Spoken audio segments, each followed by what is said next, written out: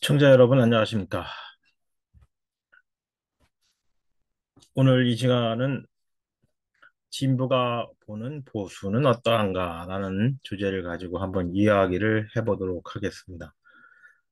총선 이후 국민의힘 윤상현 의원이 에, 세미나를 계속 이어가고 있는데요. 지난 5월 24일 날 여섯 번째 세미나가 있었습니다. 그 세미나에서 내건 타이틀이 진보가 보는 보수였습니다. 이날 그 여러 명의 그 진보 학자들이 그 진보가 보는 보수에 대해서 의견을 발표를 했는데요. 그 발표 내용 중에서 매우 공감이 가는 내용들이 대단히 많이 있어서 그 내용들을 소개하고 함께 생각해 보는 시간을 가졌으면 합니다.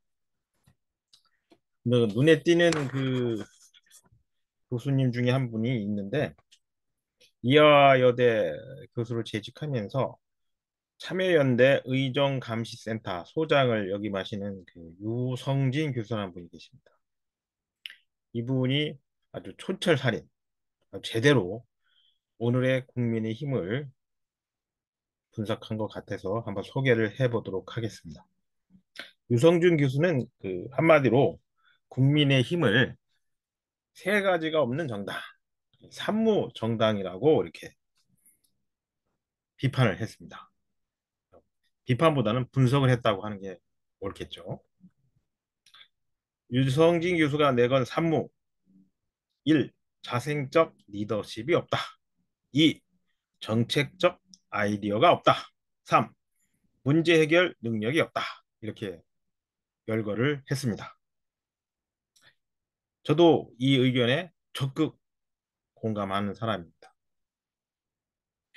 이 대다수 국민들은 어떤 그 사회적 문제가 발생을 하면 그 해법을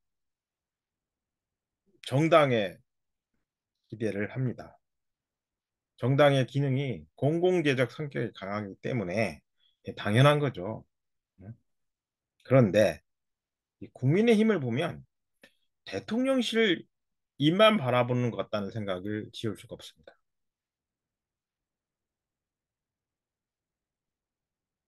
참으로 안타까운 일이죠. 대통령실 입만 바라보니까 국민의힘 스스로의 목소리는 전혀 없는 그런 형국이죠. 오죽했으면 그 총선 기간 동안에 대통령실을 바라보면서 후보들이 요구한 게 있었습니다. 제발 가만히만 있어달라. 이중선 문제 터졌죠. 김건희 여사 리스크 계속 불거졌죠. 그 다음에 의대 증언 문제 터졌죠. 내놓는 것마다 헛발질이었죠. 예. 그러니 대통령실 바라보면서 제발 가만히만 있어달라고 하소연할 수밖에 없었던 것이죠. 매력도 없지. 또 브랜드 없지. 그러니까 대놓고서 나 국민의힘이니까 국민의힘 지지해달라고 적극적으로 호소를 하지 못하고 그 일부 극성 팬심에 호소하고 있는 그 현상 있죠. 한동훈 비대위원장 따라가기에 바빴습니다. 당에서 정책 이야기를 하는 그룹도 없고 친윤, 친한 이렇게 구별해 가면서 콘텐츠 없는 경쟁, 정쟁, 응? 비판 이런 게 지금 지적되고 있는 것도 지금의 국민의힘의 현실입니다. 좀 전에 말씀드렸듯이 총선 과정이나 총선 참패 이후나 뭐 별반 달라진 게 아무것도 없지 않습니까?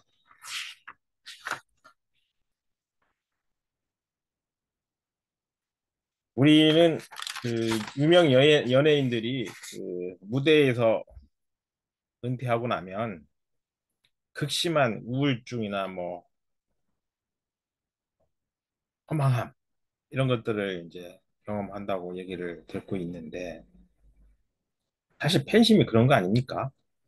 신기루와 같은 그런 팬심에 기대서 정치 초짜를 내세워서 총선에 승리할 수 있다라고 생각하는 것 자체가 저는 매우 이상하다라는 생각을 했었던 사람 중에 한 사람이거든요.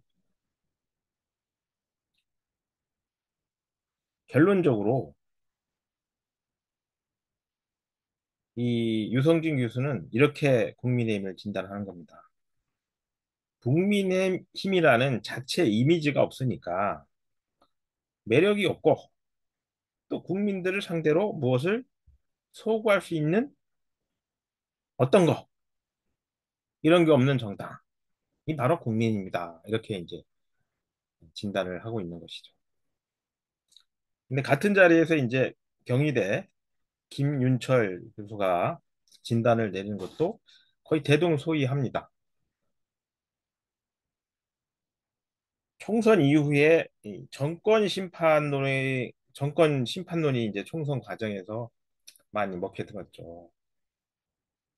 지금 참패하고 나서는 그 정권 심판론의 내용을 찬찬히 뜯어보고 무엇이 문제였는지를 따져봐야 되는데 지금 어떻습니까?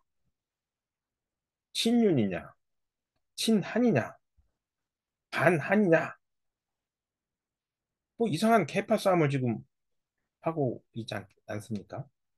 김인철 교수는 이런 것들 지적을 하는 겁니다. 새로운 주축 세력을 만들어서 진보적 변화를 수용하는 데 몰두해야 되는데 이상한 계파 싸움하고 있다. 이것이 문제다라고 지적을 합니다. 또 이 김인철 교수는 김영삼 대통령 때부터 시작된 반공적, 친자유주의적인 부분에서 계속 머물러 있는 것이 국민의힘이다.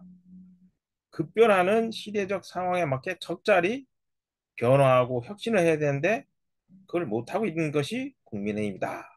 라고 이제 지적을 하고 있습니다. 사실 대한민국은 어마어마한 경제 성장을 이뤘습니다. 경제대국 10위권을 진입했습니다.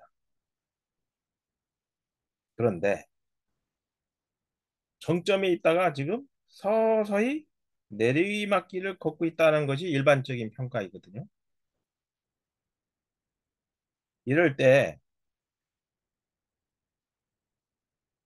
소외됐던 계층, 약자들, 이 사람들을 어떻게 보호할 것인가라는 데 대한 가치를 두고서 보수를 세워야 된다는 것이 이제 핵심이거든요. 그런데 그동안 어떻습니까? 평등, 노동가치 중시 이런 것들은 진보의 전유물처럼 되어 왔습니다.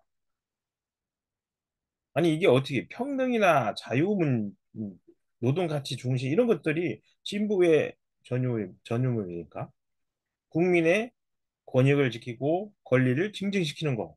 이거 보수의 가치가 될 수 있는 거 아닙니까?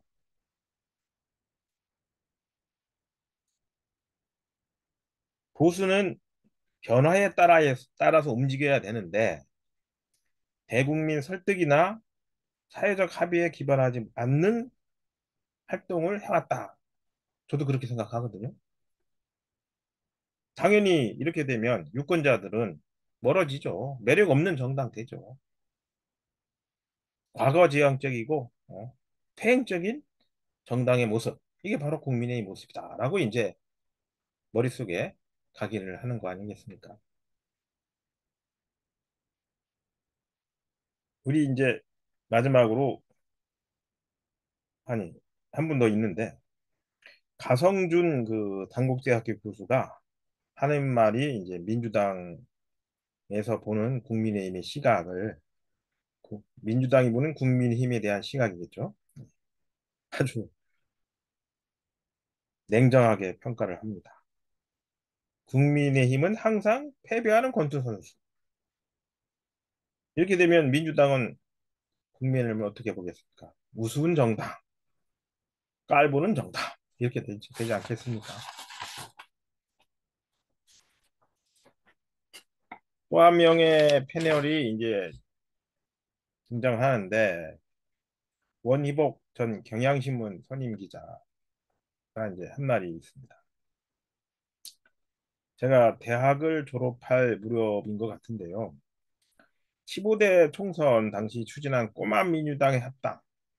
그래서 결국은 정권 창출에 성공했지 않습니까?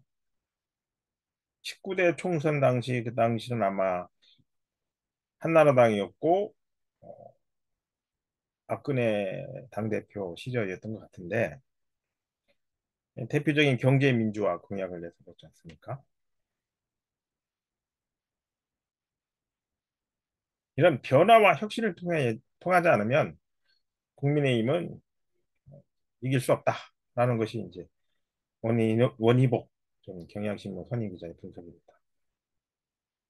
이 지점에서 이제 요즘 국민의힘의 당대표와 관련된 그 자천, 타천 후보들이 이제 거론되고 있는데 그 일반 국민 여론조사를 포함한 여론조사에서는 유승민 전 의원이 앞서고 있고 국민의힘 당원을 중심으로 조사에서는 한동훈 전 비대위원장이 앞서고 있는 걸로 이제 나오고 있는데요.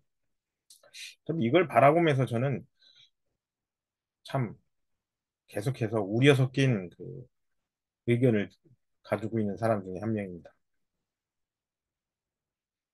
아까도 우리 그 유성진 그 이화여대 교수가 지적을 했듯이 외부에서 수혈되는 리더십, 뭐 대표적으로 윤석열 대통령이 되겠죠. 다음에 한동훈 전 비대위원장도 외부에서 수혈된 리더십이 있고 자생적으로 보수에서 성장하고 훈련되고 그런 정치적 인재가 아니라 급조된 리더십. 이걸 가지고 과연 보수의 가치를 공고히 하면서 외연을 확증해서 정권 재창출에까지 이를 수 있겠느냐? 저는 아니올시다에 한 표를 던지겠습니다. 보수가 보는 진보, 진보가 보는 보수.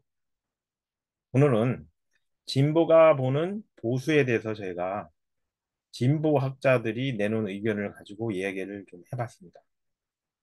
물론 이분들의 진단이 정확하다라고는 할 수는 없겠죠. 하지만 많은 시사점을 에, 주고 있다라고 생각을 합니다. 감사합니다.